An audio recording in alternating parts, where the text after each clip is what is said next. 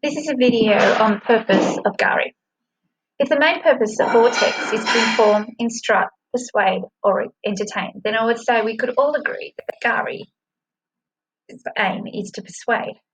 Just exactly what is it trying to persuade us to believe? Let's start at the beginning of the text.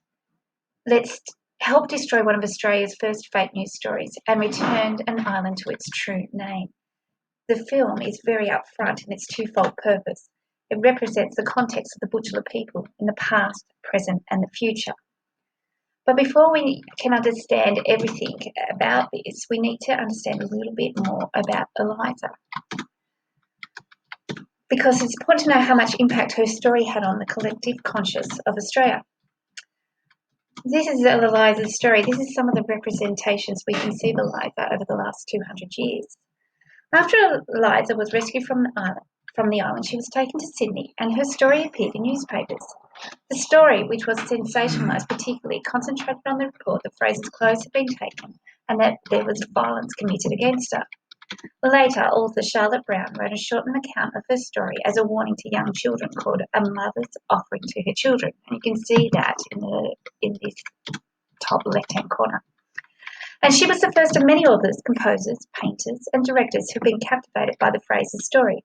Even our best-known artists like Sidney Nolan over here and Patrick White popularised the story and portrayed the ideal of white femininity, sensuality, and vulnerability in the face of savagery. But those who were portrayed as the savages and the beasts of the stories never had a chance to portray their version of events. Here are some images of the Butchulla people now. They still live on their island home and they have had native title restored to the island in 2014 and they've been fighting for its original name to be restored as well. These people had their population numbers decimated to just 117 people after the Fraser story gained a national foothold and have good reason to want their story to be told. To them, Eliza's story was of cross-cultural ignorance, miscommunication, fear and racism and the terrible results that came from that. The stories have been recorded by Indigenous historian Larissa Berhart from the University of Queensland, who has released a book based on her research called Finding Eliza. Her research has been based on the oral histories of the Butchulla people and its corresponding counterpoints in the Fraser story. Her research shows that the Butchulla people were trying to help Fraser, but Fraser's fear and prejudice did not let her value their help.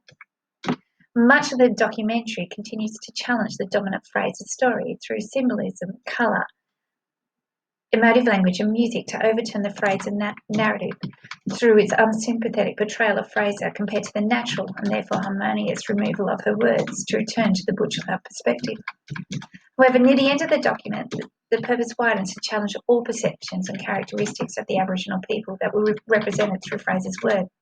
For Fraser's words were not just words and not just a story. They weren't just personal. They helped create and enforce the negative stereotype of the Aboriginal savage that was rampant in colonial times and were part of the justification of severe atrocities and acts of genocide that were performed against Aborigines. The chains and the blood red ink symbolically enforce this. As the documentary says, the truth got lost. The stories Eliza tells about the beast and savages fed the negative stereotypes of Aboriginal people. Her words inflame the colonial prejudices that will be used down the track to justify the killing and dispossession of Aboriginal people. Her words took our humanity away. As the documentary draws to a close, it returns to the present and the actions people want to have now. The people of Gari know the power of words. After all, their lives were lost and their way of life destroyed because of the power of one woman's words, her exaggeration, her emotive slander, and her miscommunication. Still today, nearly 200 years after their event, their lives have been on a trajectory based on those words. No wonder they want to wash her words and her name away as well. Imagine living in a place named after someone who despised, degraded and destroyed your ancestors. On the flip side, imagine waking up to a name that means paradise. The Butchulla people are like Aboriginal people across Australia who've been campaigning to have white Australian names changed to their original names. This is particularly important when those names have been fundamentally harmful to the people of that area. Think about it. There are names like Jim Crow Mountain, Black Jim, Murdering Creek and Skull Holes. Look at the Aboriginal painting relating to the story of Murdering Creek. These are not just names, and they are so obviously bad that it will be hard to find anyone to disagree with changing those names. Other names associated with people who were responsible for massacres, such as Batman in Melbourne and Macquarie in Sydney, find less of a foothold in the wider public. Sacred places like Uluru take decades of campaigning to change public opinion. Gary is one such sacred place, and the documentary is part of the appeal to the public to make that change. Which brings us to the future, which brings us to you. You are part of a generation that is willing to address change because you are a generation that is engaged, educated, and sympathetic to the importance of Aboriginal connection to land and place. The Butchulla people present their own name for their island. Using juxtaposition and emotive language, it will be hard to find anyone that did not act like a piece of sand and vote in the concluding section of the video. This is your task.